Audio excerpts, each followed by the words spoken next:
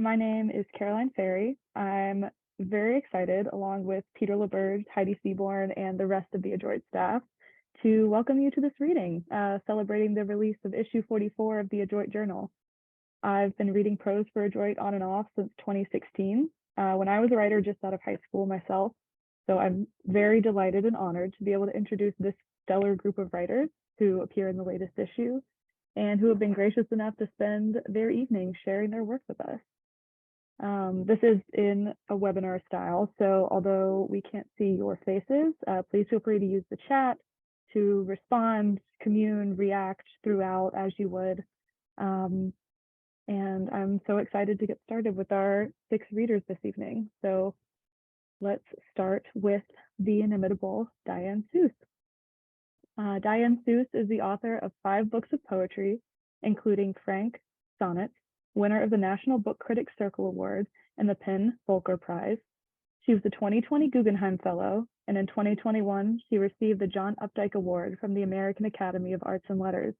She lives in Michigan. Diane, over to you. Thank you. Thank you. And I'm hoping everybody can hear me okay. Yes. Nod and smile.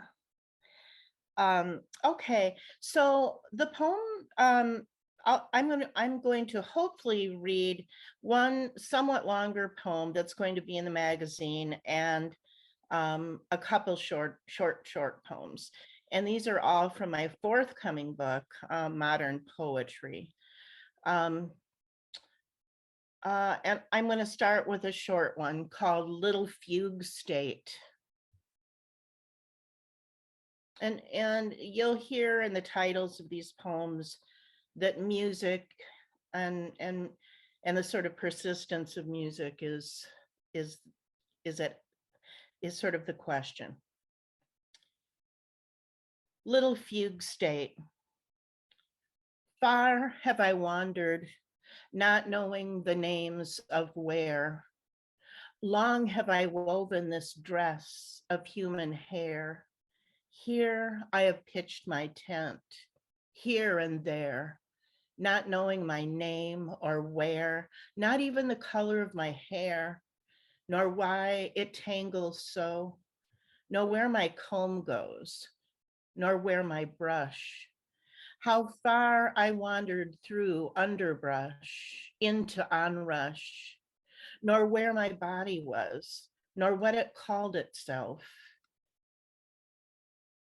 Not the nature of my calling, nor what my scrawling meant. Not that scrawl then, nor this scrawl here, nor what a self could be, nor what a bee could be, nor breath, nor poetry, this dog I've walked and walked to death. And this is the longer poem that will be in the Adroit in this hot new issue. And it's called An Aria.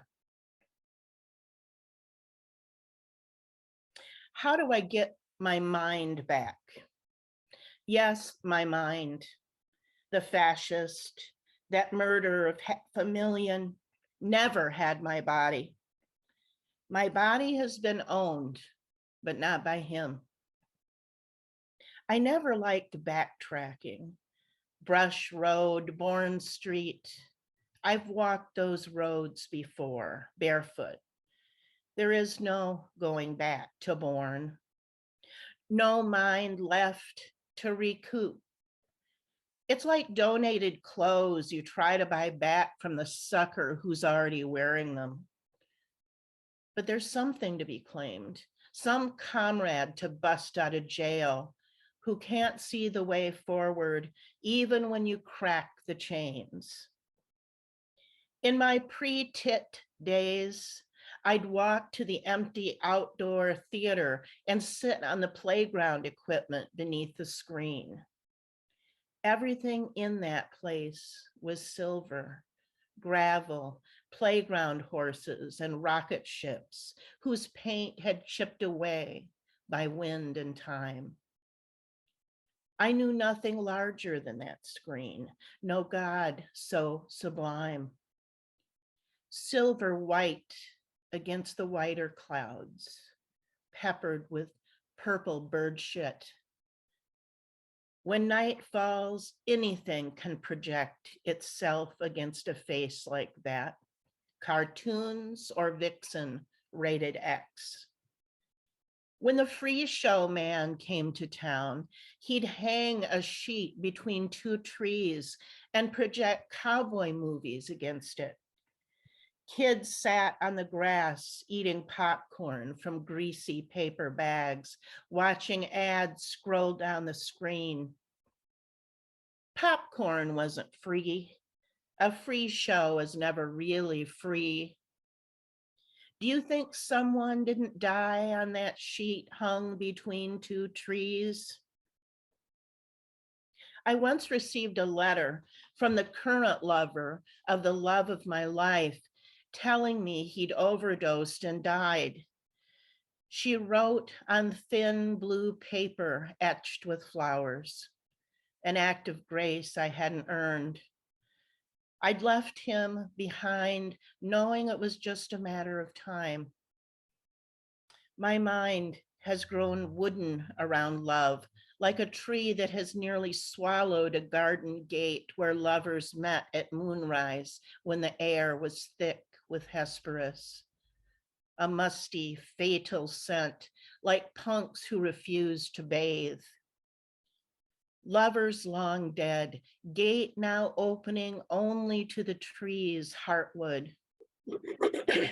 My son's first love was Anne Frank after he read her diary.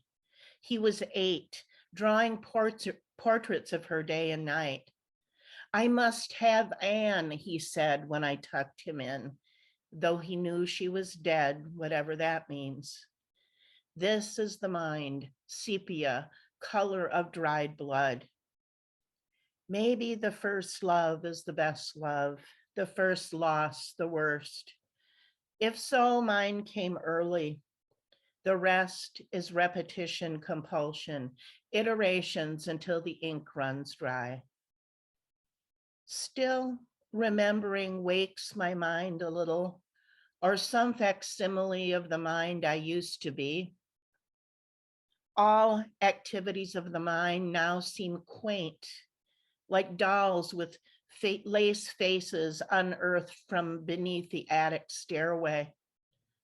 My feelings too, smothered like a kingdom of bees so the buzzing doesn't draw attention to their honey. Now to unmuffle myself, I read Keats' love letters written in a tubercular fever, then listen to Marquee Moon, album by Television, that Tom Verlaine band, so aggressive live it made me start my period, leave a lyric bloodstain on the chair. Then I play Gimme Shelter on repeat, to be awash in the supremacy of Mary Clayton's background vocals. Called into the studio in the middle of the night, cold, hair in curlers, pregnant, pushed out her scream song aria 3 times and miscarried a daughter the next day. She blamed it on the song, but not her voice. When she woke after a car accident years later with amputated legs, she asked only about her voice. Mother, may I sing again? May I see again? Not a symbol of a flower, but Hesperus tolls again in the wind again. Flower of an hour, a fragrant hour. Its face, skin, smile, it's opening again. The curtain of petals closing over its face again. May I take the murdered world in, sing of it again.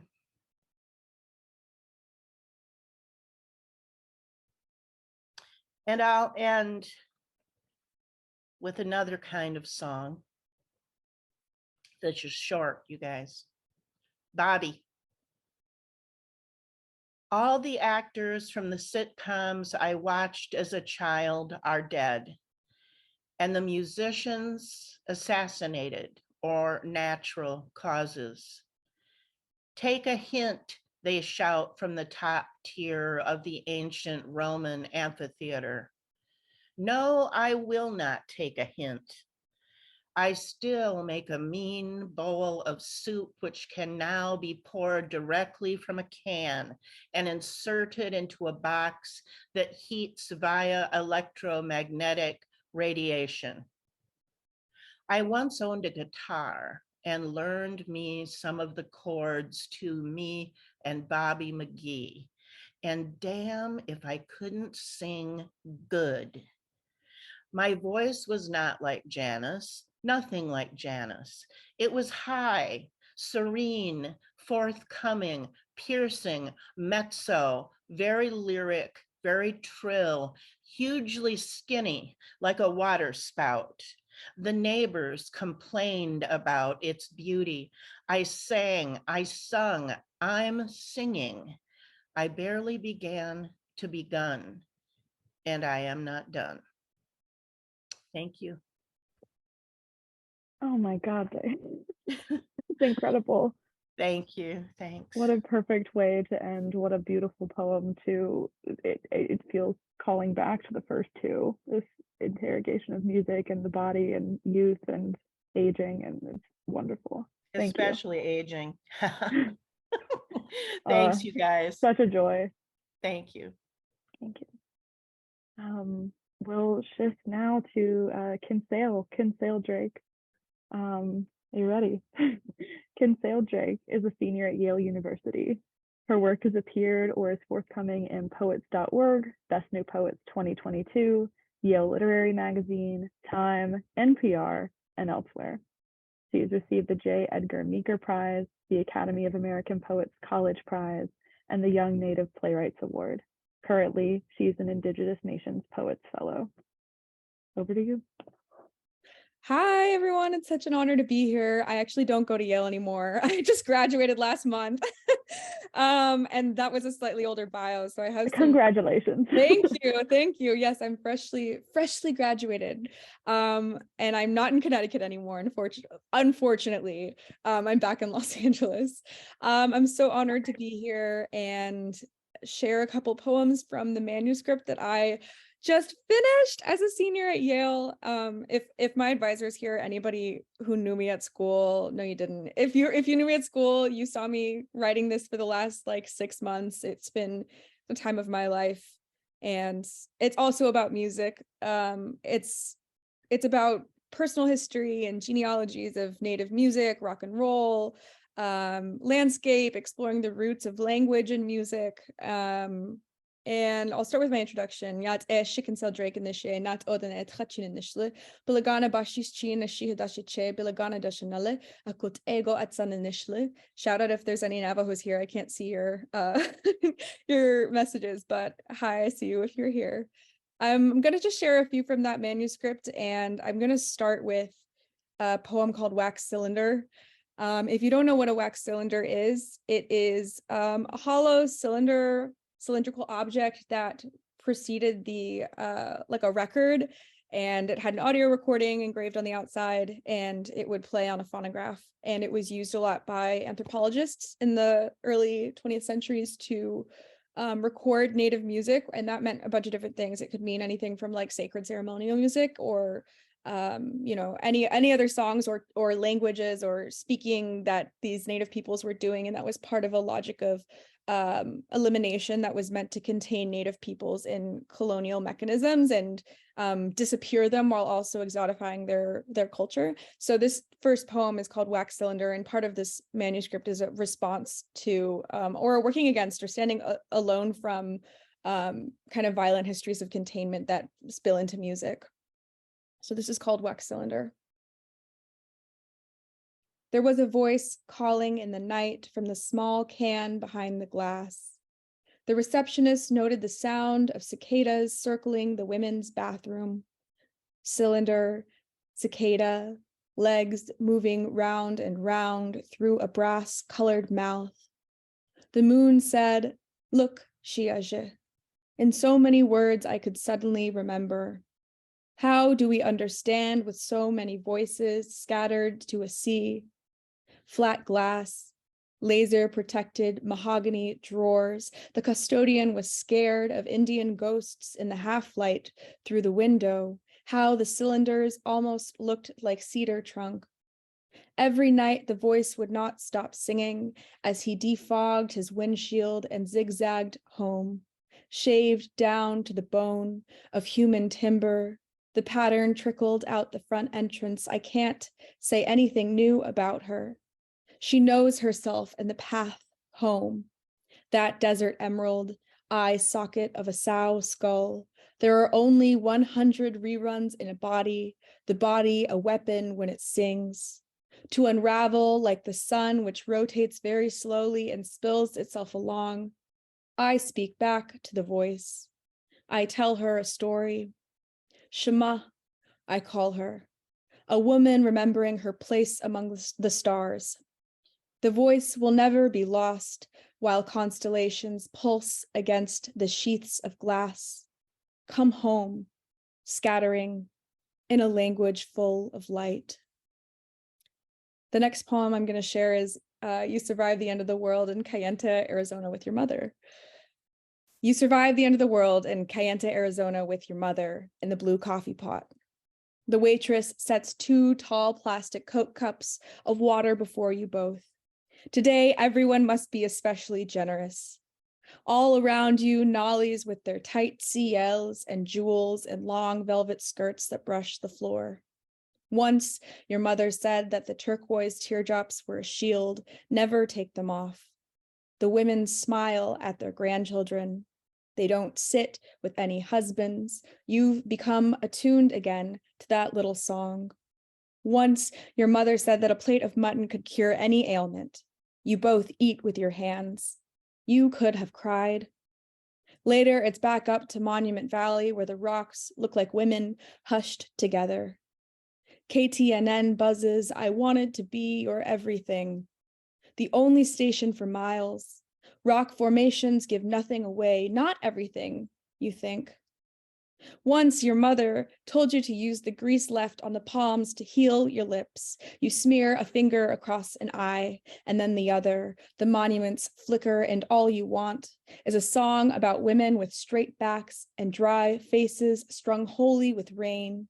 A song you heard once back when your grandmother still lived. And the roosters rampaged in the yard as she bent over the fire, and your mother smiled and looked toward the mountain behind you, feeding you mutton from her hands. The third poem I'll read, I'll just read 2 more. This is the one that's going to be in this issue of Adroit, and the last one you'll be able to read in another journal. I don't know if I can say yet, but this next one will be in Adroit, and I love this poem. It's called Sound of Underwater. And I love telling stories about how the Southwest desert, which is where my family's from, used to be a giant ocean, because it's always the complete opposite of what people think of when they think of a desert. But it's such an amazing landscape in so many ways. Ancestrally, like what the desert is and what it was and what it still is an ocean. And all of the beings that lived there and still live there and died there, like there's just so many beautiful things happening. There's so much life. And so this is, I guess, also kind of a love poem to like the Southwest and all that it is through different perspectives or angles. So this is Sound of Underwater. And again, I'm kind of roasting some anthropologists in this poem. 1. In winter, we are closest to the ocean that once held nautiloids, corals, cartilaginous fishes. Danette tour guides make signs on the side of the road, usher cars into invisible parking spots amid the pools of half-melted snow. They remove nothing, pushing bills down into their pockets. 2. Clouds leave our bodies like great whales when the desert swims in song from a truck's thrown open door. The heat escapes into the ocean of sky. 3. White historians claim that the Spanish brought over the first horses. Modern genetics and scientific opinion suggest that these animals are the same ancestors that once roamed the continent before traveling to Eurasia. The ocean had given way by this time to swamp, ice, and fire. Rocks are the oldest storytellers, my friend Gusty tells me. The Badlands shrink behind us, gray teeth swimming in ghosts. 4. It was a warm, shallow sea. This brings comfort during a blizzard in the Northeast. 5. Mid-19th century scientists claimed to know these fossils better by cataloging, sectioning off, drilling holes, carting to museums. Locals told stories. 6. Algal reefs shroud the sun, 300 feet high. Water becomes shadow, then bright bursts of plankton, fiery, hurtling towards the sand. 7. A whale song can be heard from 10,000 miles away. 8. Today, the formations of Capitol Reef, Utah, create a barrier for travel. Sediment mushrooms and petrified waves, the dynamite scorch marks almost invisible from the platform where we stand. 9, we loop, loop, loop the Badlands. Is it all the same ocean? I say it is out loud so the tourists lose their footing. I toss it out the window, bringing new friends for these fossils. 10. At night, the rocks glow. Uranium, yellow pollen, fossil dust. All the once children of the ocean orbit the seascape. Okay, thank you. Last piece. I want to do like a fun one. Well, this is kind of fun. This has My Chemical Romance in it. Okay, this poem that I'll end on, this is exciting. This is like the next poem to come out. This was part of my senior manuscript in college, and I was sitting in my English class when I got an email from Poetry Magazine saying they wanted this poem and another one. And I actually almost blacked out, like almost fell out of my chair, passed out. This is a really fun poem, and it's written in like a text style. You can't see it, but the language is a little wonky. And it's called Ancestors' Wildest Dreams. Ancestors' wildest dreams are drunk on the sticky floor of a Denny's, texting grandma ayo ani nishne and crying in the same hot breath about not knowing the right word for apology if one exists. Keyboard smashing, resilience as we delete Instagram so we don't have to see people out sacreding each other. Maybe we're only sovereign in bed sometimes, drowning in the dark and soft pools of their eyes, living off the hard tack of their thighs, moving to an MCR mixtape we froth. Ancestors sleep paralysis demon, caught in cold sweat and skipped therapy, untangling our bodies from sheets, always untangling hair out from under somewhere, fractals left in corners under juniper branches. Do we even remember how grandma baked her pies? The corn stalks stretched higher than holy people that year, and we came home buzzed on lemonade and an auntie's laughter. Everyone is always talking about an ancestor that is or isn't pleased, but I saw a strawberry moon tonight rising. I learned the word in my language for laugh. We found it together. Dlo, dlo, dlo, dlo. We eat it. We setting spray it to the page. Thank you. Thank you so much. Thank you so much. Thank you so much for sharing the light and life and all of these just absolutely gorgeous images and landscapes. You're amazing. Thank you. Okay. I'm overwhelmed. But I'm so excited to keep going. So let's go. Alexa Patrick is a singer and poet from Connecticut. She holds fellowships from the Cave Kennim, Obsidian, the Watering Hole, and the DC Commission on the Arts and Humanities. Alexa has held teaching positions through Split This Rock, the University of the District of Columbia, and the Center for Creative Youth at Wesleyan University. She has coached the slam teams of American University and George Washington University for the College Union Poetry Slam Invitational. Alexa is currently the programs director for nonprofit writing program and publishing house Shoutmouth Press. You may find Alexa's work in publications including The Quarry, The Rumpus, Crown Magazine, and the Breakbeat Poets Volume 2, Black Girl Magic. Her debut collection, Remedies for Disappearing, will be published by Haymarket Books in 2023. We're so happy to have you, Alexa. Thank you so much, Caroline, and thank you so much, everyone who has read already. I'm so excited to be here. I was just saying that my birthday is coming up on Thursday, and I feel like this is like I would want no other way to welcome in another year than to read with such dope folks. And like shout out to the poem coming in Adroit being in Aquarius too. You know, we love Aquarius vibes. So the first poem I'm going to share is the poem that will be featured in Adroit this Thursday. It's a sestina. It's called Critical Missing 2. And it was written after the critical missing flyers of Black girls in DC, specifically those from the viral missing posts in 2017, if you all remember that on social media. And it was a conversation that seemed to fizzle out for a few reasons. And one of those reasons is because it was noted that many of those missing girls were not taken, but rather ran away. And so I'm going to read this piece, Critical Missing 2, for runaways. Bless us girls, apostrophes in our name, hung drawbridges for the missing continent in our chests, last seen bowing behind the Atlantic. Since, time has continued to chasm our contact, dressing clear intention as American incident.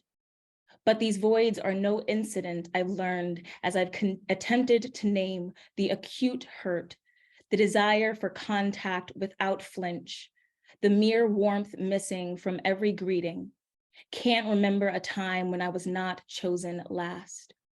I scour for myself in final scenes, every happy ending incident to my silent work, yet so many times I disappear unnamed in the credits.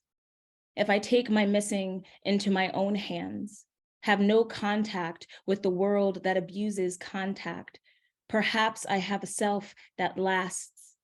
Seeing so many girls with my face go missing, as if we aren't the beauty incident on the world's dull surface, their names phantom amethysts embellishing time.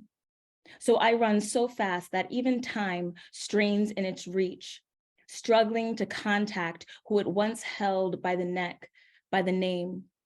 I breathe easier now. I was last seen drawing wings on my chalk outline. Incidentally, what tried to kill me missed. A sad truth, sometimes we go missing just because we've witnessed over time how no one looks for us, no one inciting riots on our behalf. We, our only emergency contact, this country, our emergency, we see its smile as it buries our names. Call it an incident when we go missing, but remember our names, for we will return like time to make contact with this dirt before washing our feet in the sea. All right. Thank you. Yeah, I often feel like as a Black girl, I'm always living at the intersection of like either surviving being disappeared or disappearing for survival. It's a very weird line that I've had to walk while growing up, specifically in Connecticut, represent, where growing up I was often the only, you know, my school had 1,200 kids and less than 1% were Black, so yikes. But as I was working on my manuscript, this, you know, over the past 2 years or so, this forthcoming book I have, you know, a large part of which I'm talking about my experience growing up in a predominantly white town, writing that manuscript in solitude almost seemed like an injustice in some way. So one of the things that I wanted to do was create poems and write poetry that felt like a conversation and that required me to work with other people and other people who might have had similar experiences. So for that reason, I have a series of poems that actually came from conversations that I've had with a few other Black girls that grew up with me in my town. I interviewed them about their prom experiences specifically. And then I created erasures from these pieces. So I'm going to read a poem. It's called Zoe Eats a Man. It was originally published in the Rumpus, so you can find it there if you want to see like what it looks like on the page. It's funky, but I'm going to read that one right now. So Zoe Eats a Man, created from prom stories collected of Black girls in Madison, Connecticut. Sorry is dominant. It hook anything it claimed to grow. A mean jungle with Black girl less than John Smith. I crush him and he a whole of hurt, a kind of sorry I can use. Let me note publicly, I'm the idea of being desired, object treated as sex. They want me hidden like a body with fire. What hurt me was never human, just abuse translated to a bed. I realized that you can use anything if you kill it. That's that piece. All right. Last piece here.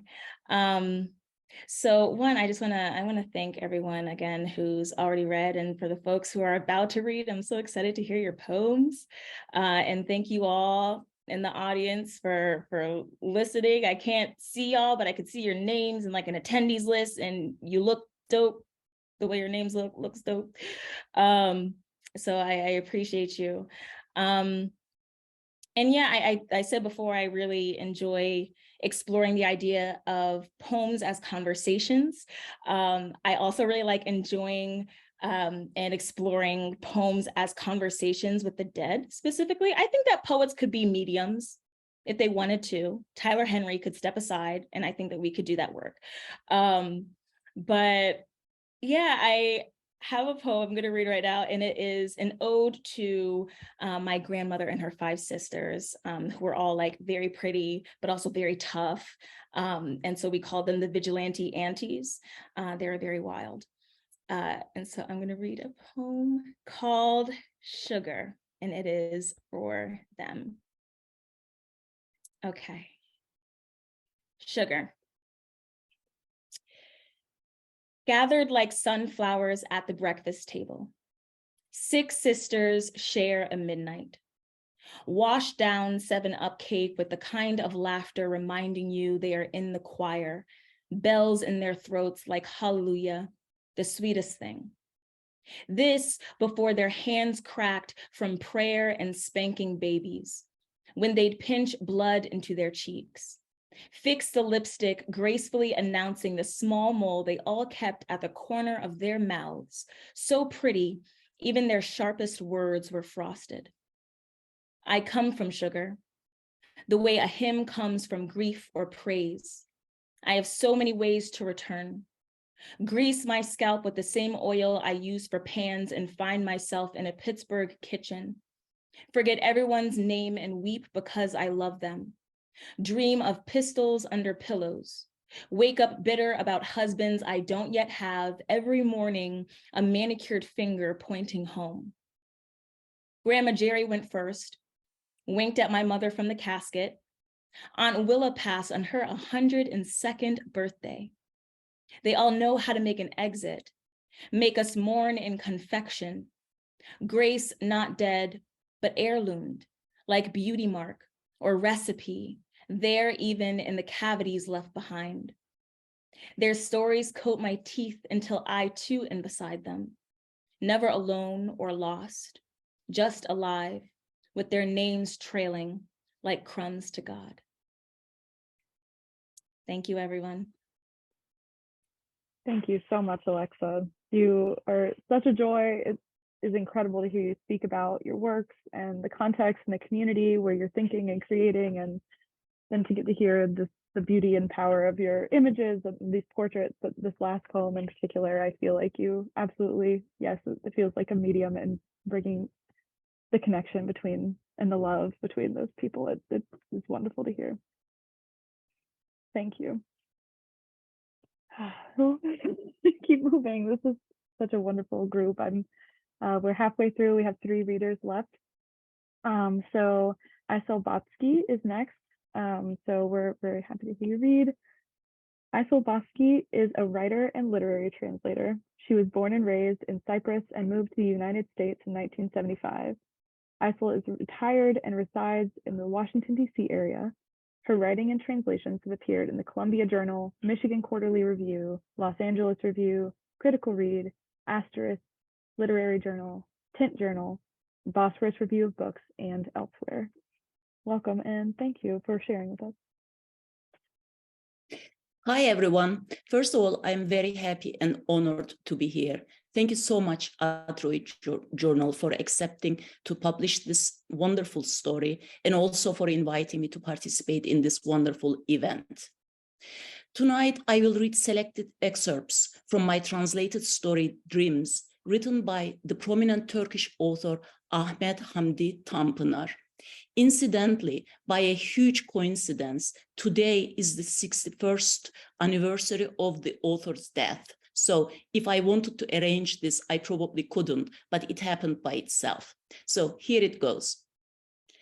At first, he didn't notice the change. He just didn't want to work. He was sluggish and in low spirits, either sitting in a corner all day or wistfully wandering around as if something important was missing from his life. He eventually realized that he was having mixed dreams at night. Getting up reluctantly in mornings, it was tiring him. He began to wake up almost against his will and get out of bed unwillingly, as though departing a beloved country and leaving behind things he would never see again. Then, as if experiencing homesickness, he would spend his days thinking about his nights and his dreams. Yet, he never remembered his dreams. No comings or goings, no desire to escape, no familiar faces from his life, not even a recognizable countenance, just nothing. As soon as he fell asleep, he exited reality and entered someone else's world. When Cemil tried to analyze his dreams, as far as he could tell, they didn't involve anything out of the ordinary. They consisted of movements gaining speed from one another, like a vast, tumultuous sea. Sometimes, but only rarely, he recognized something in his dreams, something he had once paid attention to, like the Jonas tree in front of their house. When they moved into the beach house at the beginning of April, both Cemil and his wife liked that tree. Cemil named it Persephone because it arrived from the dark depths of winter, so adorned and beautiful, and like a golden spear ripped through the morning fog. Despite being tired, that night, Cemil's dreams continued. He was passing through unfamiliar roads, looking out on streets from windows of houses he didn't know, and climbing large slopes. Close to morning, he dreamt of a woman in the garden of one of those houses. She was wearing a white dress and covering her face with her hands. She was sitting in a corner, as if waiting for someone. Cemil didn't know who this woman was, and he wasn't curious about it. He just wanted to understand what she was doing and why she was so sad and gloomy. He realized she was crying, and that realization upset him so much, he woke up thinking, I have 2 lives, and I'm as tied to the second life as the first. How awful. For months, Jamil read everything he could about dreams. He knew everything about them, including detailed observations about their various aspects. In the past 2 days, he had spent hours talking with his brother-in-law, to whom he described the entire affair. In the end, the elderly doctor changed his mind completely from his initial conviction, concluding, "I'm afraid you're not going to find the explanations within yourself." The continuity of Jamil's dreams had caught his attention as well. Another evening, Jamil was talking with the young woman in his dreams. He knew she was next to him, but he could not look at her face. He was convinced he was madly in love with her. He wanted to tell her many things, and his heart was breaking into pieces. Meanwhile, she kept saying, "They are calling me. I have no choice but to go. Don't you understand?" Then she begged him, "Save me, please save me," she continued. "Oh God, it will start again. They will ask me again. They will tie me tightly and will ask me over and over.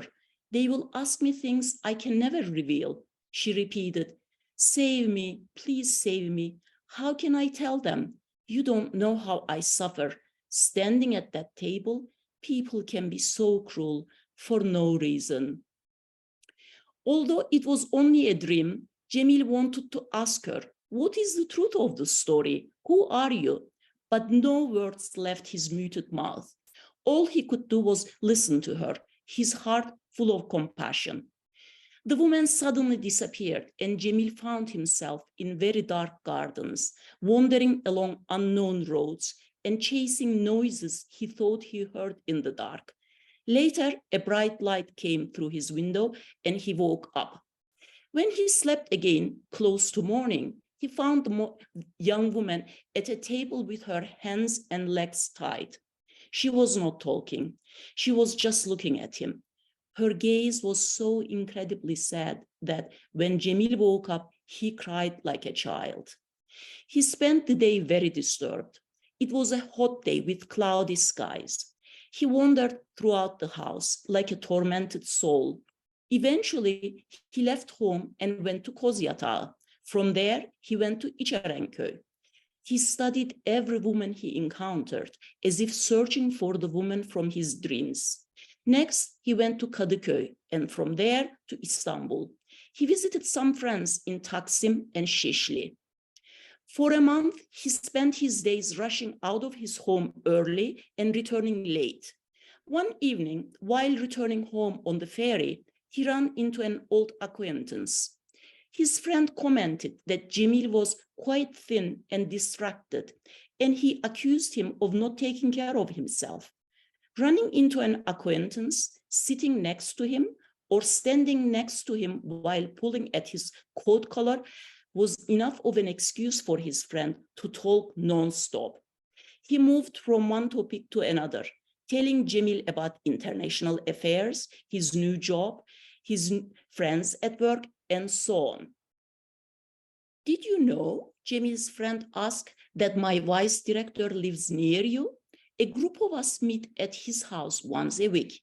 Many times I wanted to invite you to join us, but they said, no, he's a loner, he doesn't go anywhere." Imagine, my friend, I don't really believe in such things, but there is this medium. The friend stared at Jamil. They also found a spirit, a young woman, Selma. She committed suicide not too long ago. For 2 months, we have been calling her spirit, and she tells us everything. Everything we ask, she answers, except she refuses to tell us why she committed suicide.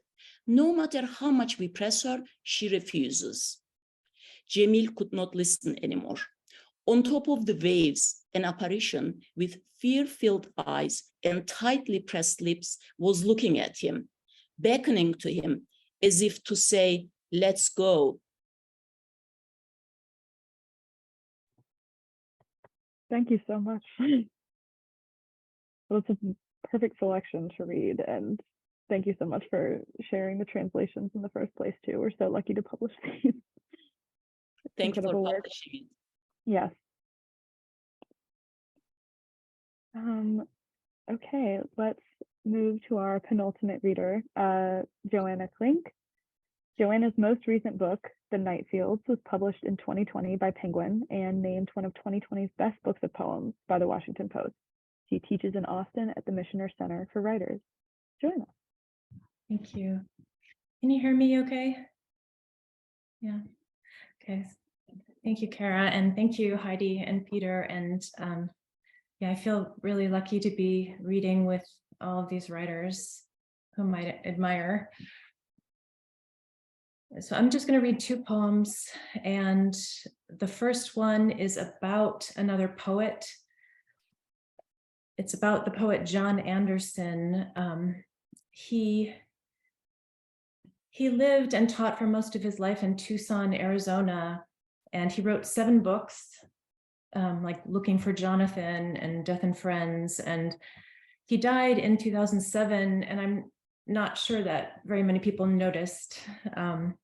So he's, his books are going out of print right now, and I was just trying to express in this poem how much his work has meant to me. There's something about his ability to stare into the dark regions of himself and take on difficult emotions and find a way forward. So when I wrote this, I had been spending a lot of time reading his work, and I was walking around on back roads in Iowa, gravel roads. So the epigraph is from John Anderson. It's, I know there is a worm in the human heart. At dawn, I left to walk the old road, its gravel pooled with last night's rain.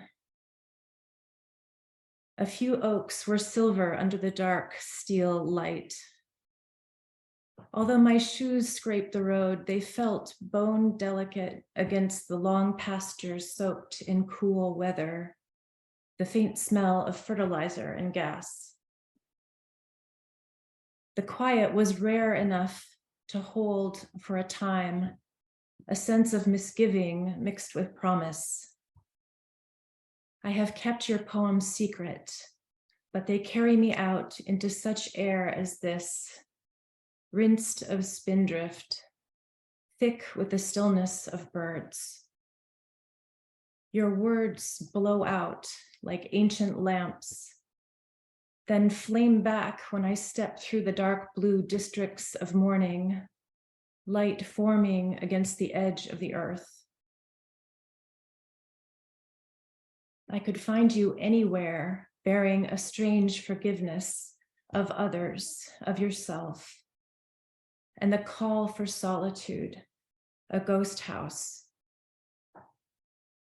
If I have come here to thank you, I restore in myself the veil of green rain that is lifting from the ground and will disappear as if it had not happened, though it changes the land. Are you bristling in the emptiness of those black fields, their ungrowing acreage? Have you suffered enough to clarify the course? I know you were alone, though you spoke of being a private friend to yourself. I know your voice bore through the disheartened hours. Who else will need you like this, like I do, now that you are nowhere? A disturbance in the breeze blows into my eyes. What can I even say to you, who let me into the formal darkness of feeling when I lack the will to look?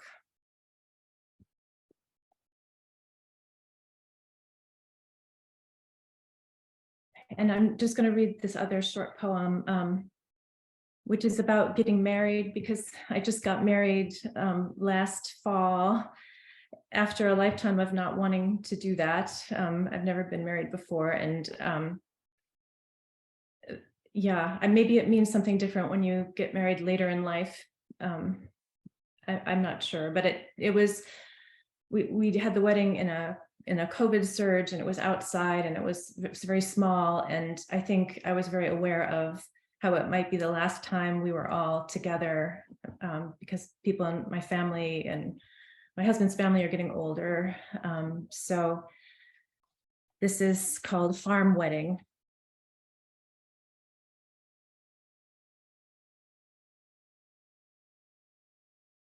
And already I am not bridal, not the center of anything, but blurred into poplar stands and land that has been harvested.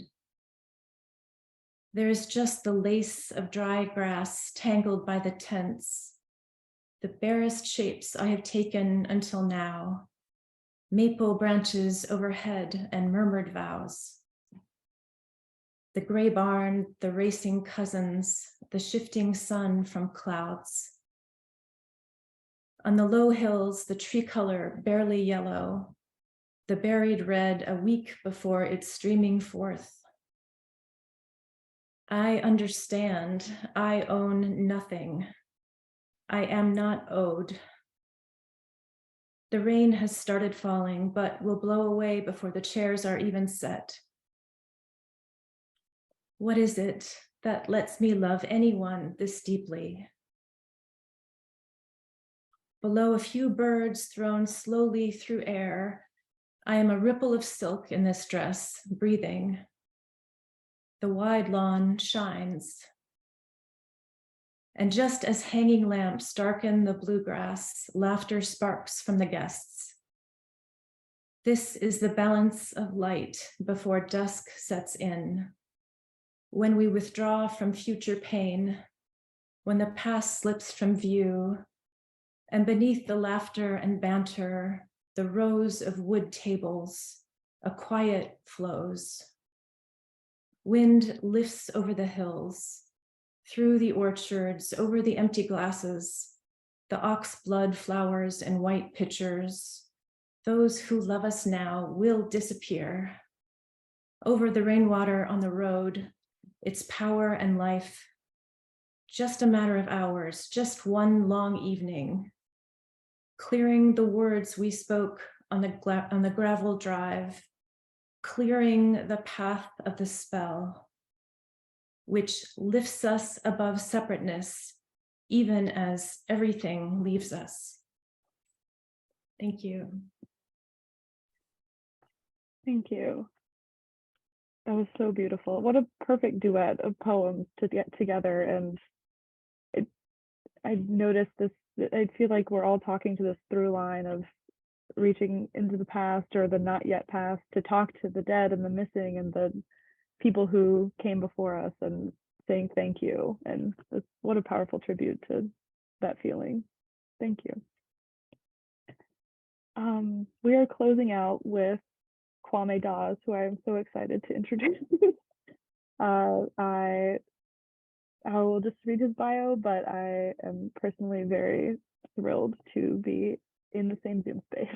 Kwame Dawes is the author of numerous books and poetry and other books of fiction, criticism, and essays. His most recent collection, UnHistory, was co-written with John Kinsella. Dawes is a George W. Holmes University professor of English and a Glenna Luschei editor of Prairie Schooner.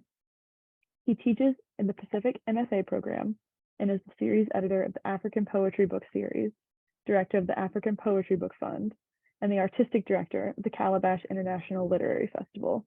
He's a chancellor for the Academy of American Poets and a fellow of the Royal Society of Literature. Editor of American Life in Poetry, Kwame Dawes is the winner of the prestigious Windham Campbell Award for Poetry and was a finalist for the 2022 Neustadt International Prize for Literature. Thank you so much for joining us. Thank you. Thank you. It's good to be with you and to be reading amongst you folks. And I've enjoyed the reading so far. I'll just read a few poems. These first two are poems that will appear in this issue of the journal. Cathedral.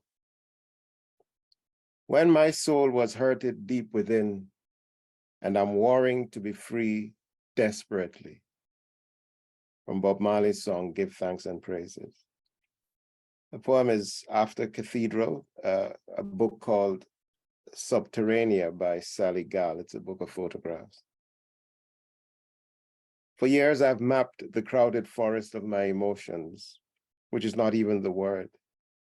It is the quagmire of fears of the texture of my days, the notes scribbled on a piece of cheap tissue, rough with slivers of unprocessed pulp, simply reads, "You believe you are interesting. It is a lie." There is a truth that startles us, the truth we uncover in the dark grotto of a cathedral, the only word to name the high walls and the looming avenues. Imagine a commissioned artist building contraptions and scaffolding to lift the aching bones of the last great duty, the art that will outlast generations. Imagine this as the first view of the task ahead, an artist mapping the contours of the uneven walls, composing a stomach, a nipple, an eye, socket, a blade of grass, a pool of stagnant water against the markings of nature, the boulevards of stone, the rock face, the way light falls to the ground, the perfect moment calculated by priests and seers to fall on the deep scar in the earth. Think of a healed wound, an open mouth, a bowl of aromatic leaves and petals, twigs and precious stones, the perfect revelatory moment while praying in this shadow hall carved out by centuries of floodwaters. It occurs to me that there is no great beauty in my expressed holiness, my glowing face after the mountaintop, that every whisper of adoration is a cesspool of insecurity, that people carry a secret unto death, that a good night's sleep, empty of dreams, is as clear a truth as there ever will be. To face this understanding is to know that nothing is assured. I shout out a gut-wrenching howl. The echo continues for as long as I will listen. And wanderer, your faith, like a canoe arriving in the evening, is a gentle hand, the truest, the only shrine the ritual of dawns deserved, even when the season of dwindling light is already upon us. How quickly the long-breathed dusk of summer are wheezing, the rapid softening of light here in the August end. I have arrived at the cave's mouth and dare only to venture where the light from the sun can reach, and this is far enough for me to see the shrine that has been made by people I don't know and will never know. Imagine the scent of winter months away is already filling the air, and this alien knows that he is growing familiar with this Nebraska.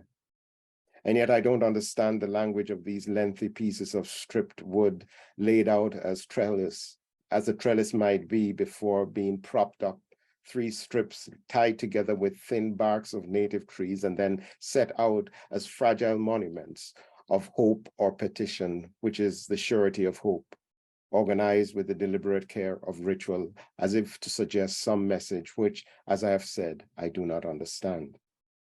And despite my ignorance, I feel a desire to fall to my knees, follow the ladder upwards to the cave opening and make my petitions as one would imagine love unexpected, as if such love is given upon request.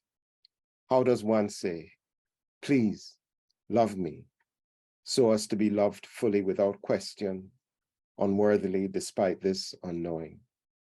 Here, I hesitate, stay standing sinfully, and I say, "I'm not against your faith yet, I continue mine," which is the immigrant's protest, as old as strangers arriving in a village, as old as new believers praying in ancient temples. And this is a new poem. It's not been published anyway, I think. It's called Before Knowing. And before regret, before the rituals of restraint, before the perpetual failure of abstinence, before guilt, before the unraveling of guilt, before the language of flesh and spirit, before the Gothic macabre of severed hands of offense, members of offense, the offending thing, the offending hunger, before such show and delight, the pathology of pleasure regretted and and the compendium of guilt, before the arrival of devil and angels, breaching the portals of dreams, arriving in hallucinations of bodies, before bodies, the limbs, the parts, the delicate tactile holiness of nails, hair, lips, before even the wind's flirtation with the skin, before the assailing of the imagination seen in each nook and cranny of trees, walls, bed edges, and before the praise sons of the hand, the offending right hand, learning the temper of sensation, before the gloom after, before the pocket of transformative sweetness, the portable as breath, that glow I woke to each morning, knowing that in one, even for one shattering instant, lived pure, alarming beauty. Before regret, there was light. And I'll just end with a short poem, remembering Lucille Clifton. This poem is called There's Much in a Name, and Naming is All. There's a line from Lucille Clifton, a Clifton poem, where she says, mine is already an African name, which I could just stop there and move on, to be quite honest. Mine is already an African name. There's much in a name, and naming is all. Though how we are named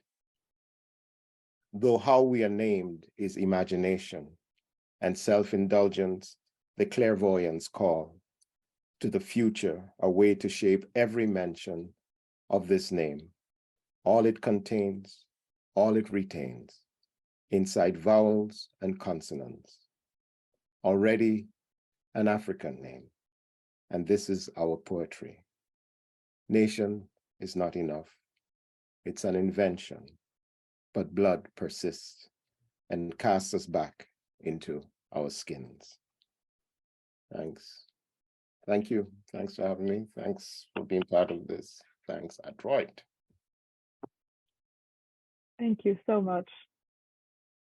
Absolutely monumental, just incredibly expansive, beautiful. Such a joy and a privilege to hear you read, and to hear all of our readers this evening. This has been the most beautiful night and the most wonderful celebration of this issue. This is going to be an absolutely incredible issue. I want to also shout out the other other writers included in issue 44 that joined us this evening to hear everyone read. So I think that Bill Hollins, Kim Adonisio, Miho Nanaka, Nicholas Yingling, Ricardo Frasso Jaramillo, and then Rob Colgate, I think you all stuck around, so thank you. We are so excited to share your work and the work of these 6 readers with everyone on Thursday. So share widely. Thank you so much, all 6 of you, Diane, Kinsale, Alexa, Aysel, Joanna, Kwame, for this just luminous, expansive night. I was so moved and touched in so many different ways by these poems, and I personally, again, delighted, honored. Thank you all so much for sharing with us and with everyone who joined us for this call. And then all of our everyone who joined, thank you for being an essential part of this family, this community. You all make Adroit what it is, and we could not be more thankful. And then yes, everything will be in issue 44 on Thursday, so share widely, enjoy, listen, read the interviews, reviews. There's poetry, essays, more stories, nonfiction, hybrid work. So we hope you love it, and we hope we see you all again very soon. So stay well, everyone. Have a wonderful night. Thanks, everybody. Thank You're you. brilliant. Bye. Bye. Nice to meet you. Good night, everyone. It was a Good night. pleasure. Absolutely. Thank you. Absolute pleasure.